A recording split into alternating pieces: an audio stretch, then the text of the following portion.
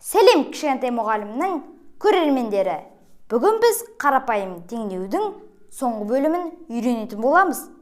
Ал ендеше бастайық.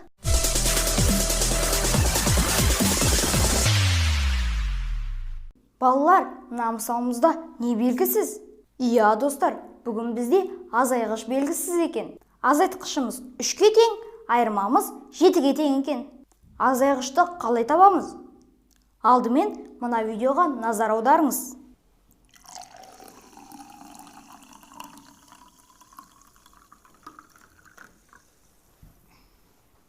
Міне, байқадыңыздар ма? Мына құты жаңа толы болған еді. Ал енді мен осы құтыдағы апельсин шырынын мына стаканға құйғаннан кейін азайып қалды. Яғни бізде мына құты азайғыш болды, ал мынау азайтқыш болды. Себебі мына құтыдағы апельсин шырынын мына стакан азайтты. Ал бізде айырманың мәні мына құты болады. Міне, мына стакан мына толық құтыны азайтқан кезде айырманың мәні осындай болады екен. Балалар, мына видеода бір толық құтыдан бір стакан соқ құйып алып едім, ыдысымыздағы соқ азайып қалды. Ал керісінше, мына азайып қалған ыдысқа тура осы стакандағы соқты құйса, мына ыдысымыз қайтадан тола ма? Әрине толады, қайтадан өз қалпына келеді.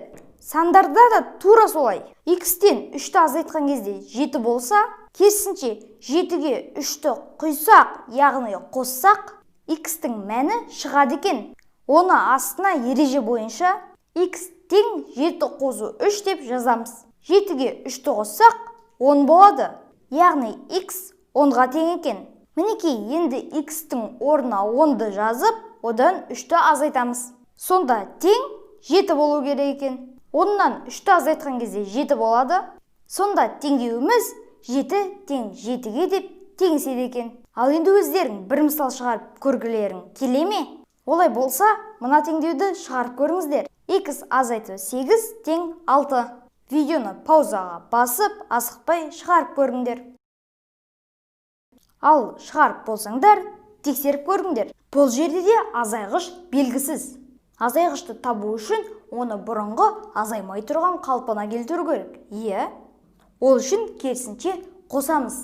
Яғни X тең 6 қосу 8. 6-ға 8-ді қоссаң 14 болады. Иә, достар. Яғни X-міз 14-ке тең.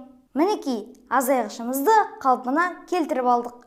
14 азайту 8 тең 6 деп жазып қоямыз. 14-тен 8-ді алса 6 болады. Ал 6 тең 6-ға. Жарайсыңдар балалар, егер де сендердікі де осылай шықса. Мінекей балалар, 4 видеода да қарапайым теңдеуді толығымен түсініп алды деген ойдамын.